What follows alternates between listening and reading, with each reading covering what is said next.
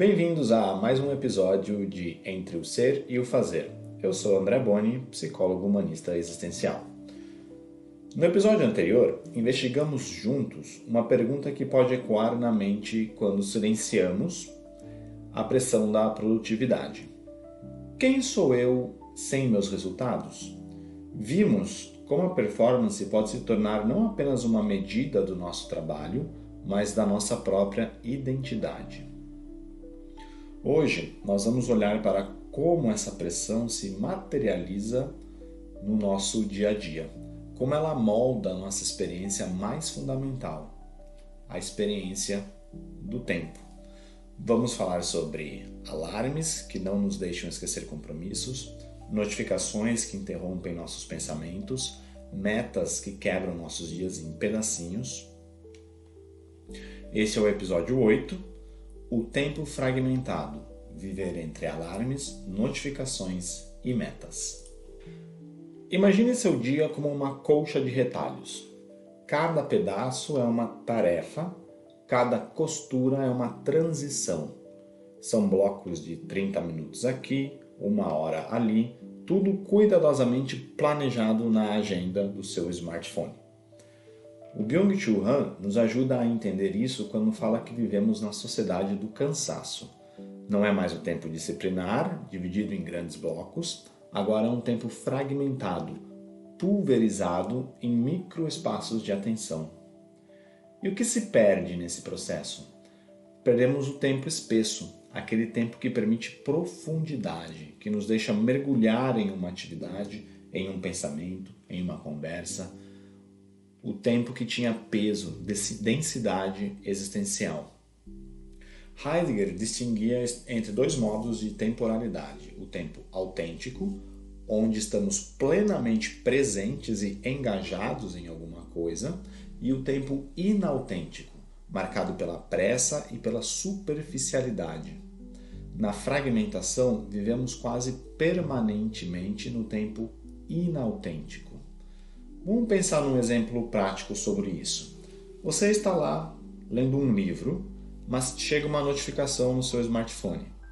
Você para, responde e volta ao livro. Mais uma notificação. A cada interrupção, não é apenas o fio da leitura que se quebra, é a possibilidade de profundidade naquela leitura que vai embora. É a experiência da presença contínua que se fragmenta. E pior, nós começamos em algum momento a internalizar essa lógica. Nos tornamos fragmentados por dentro. Nossa atenção se dispersa, nosso pensamento se torna mais superficial, nossa paciência diminui. Como observa a pesquisadora Marcia Tiburi, a fragmentação não é apenas externa, ela se torna uma estrutura da nossa subjetividade. O organismo, na visão de Carl Rogers, busca naturalmente a integração, a unidade.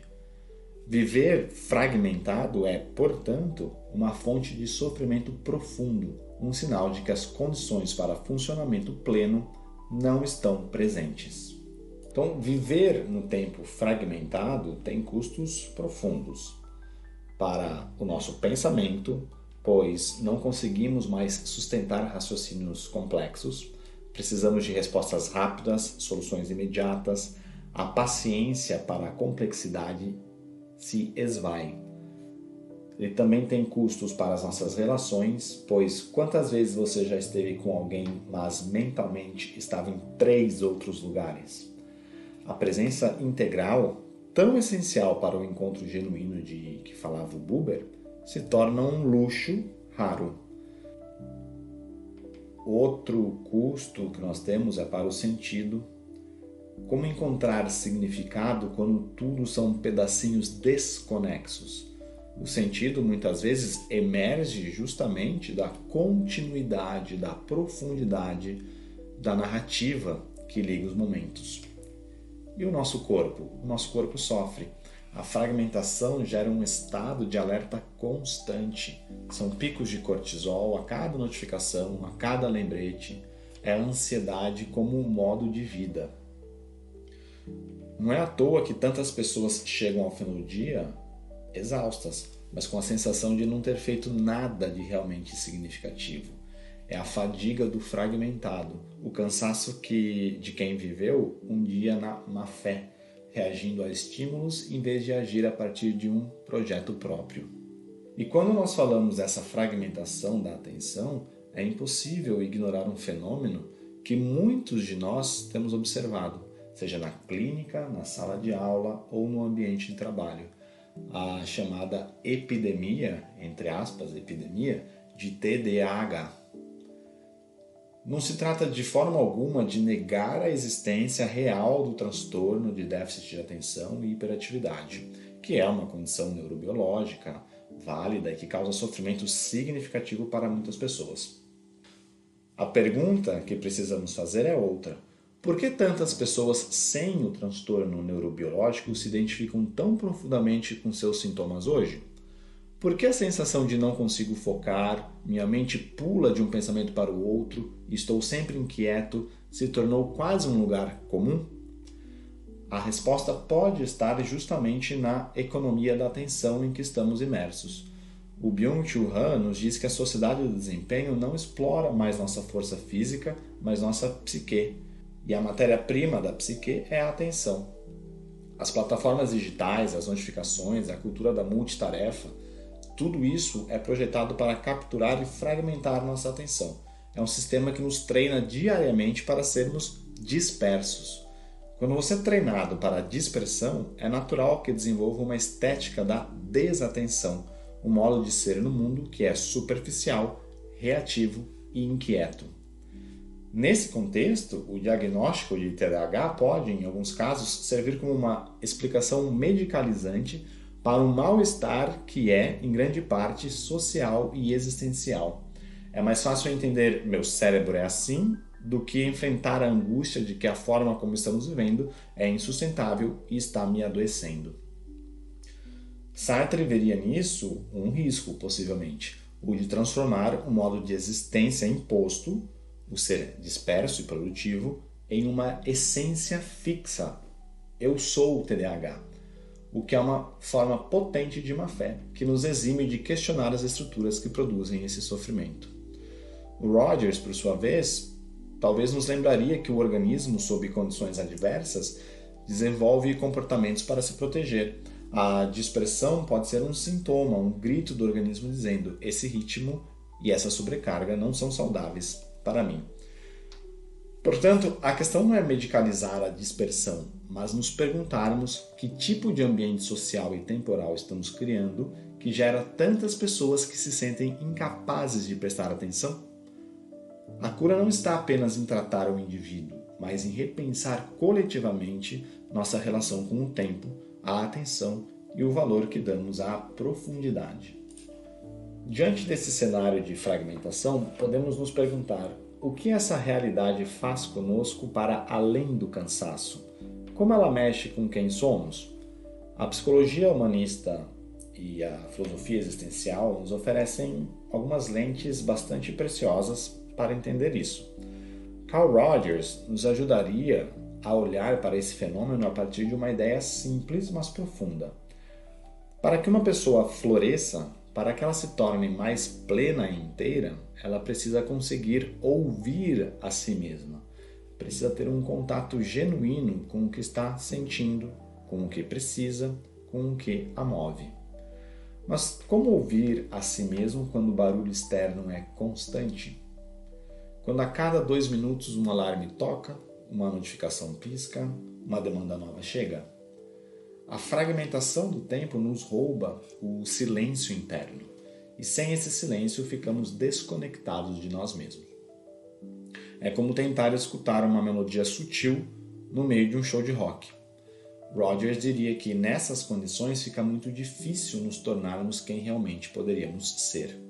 Por outro lado, Sartre nos traria uma perspectiva desafiante. Ele diria: a fragmentação não é um destino, é uma circunstância.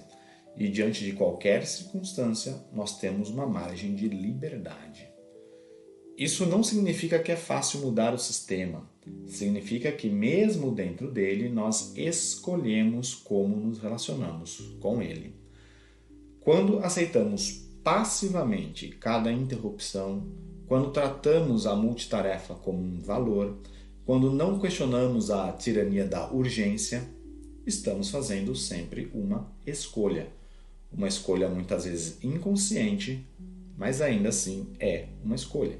Sartre nos lembra que somos responsáveis pelas escolhas que fazemos com o tempo que temos. E é justamente aí que mora a nossa liberdade, na possibilidade de, mesmo em um mundo fragmentado, criarmos pequenos espaços de presença, de decidirmos, por exemplo, nesta hora eu vou estar inteiro nesta conversa.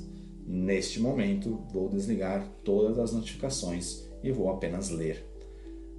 Esses não são apenas gestos contra a produtividade, são atos existenciais de resistência, são formas de dizer: eu me pertenço, meu tempo e minha atenção não são produtos que eu possa vender infinitamente.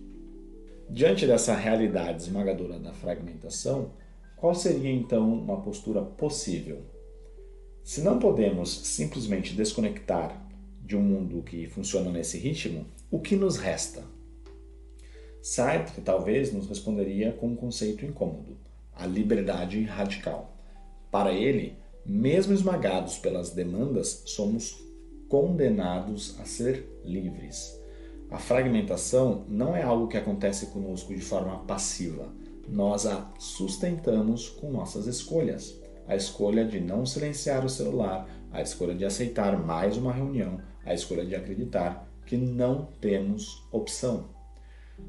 A saída, portanto, não está em buscar dicas para gerenciar o tempo, mas em assumir a angústia da responsabilidade. É perguntar-se: que projeto de vida estou servindo ao viver assim? Quando você percebe que a fragmentação é, em parte, uma cumplicidade com o modo de vida que você mesmo elegeu, mesmo que inconscientemente, nasce a possibilidade real de mudança. A resistência começa não com uma técnica, mas com esse ato de reconhecimento da própria autoria. Rogers, por sua vez, possivelmente nos convidaria a um exercício de escuta interna. Em vez de buscar fora o que fazer, a pergunta seria: o que essa fragmentação está fazendo comigo? O que eu sinto no corpo e na alma quando vivo assim? A resposta não virá como uma lista de tarefas, mas como uma sensação orgânica de cansaço, de vazio, ou talvez um desejo sutil de mais quietude. A tendência atualizante, essa força interior que nos move para a saúde, já está sinalizando o caminho. Cabe a nós criar o silêncio necessário para ouvi-lo. Portanto, a resposta não é uma solução, mas um convite a um duplo movimento. O movimento sartreano de assumir a responsabilidade pela própria existência fragmentada e o movimento de Rogers de confiar na sabedoria do organismo para nos guiar em direção a um ritmo mais saudável. O como não é universal, não é para todo mundo, mas ele é singular, é para cada indivíduo.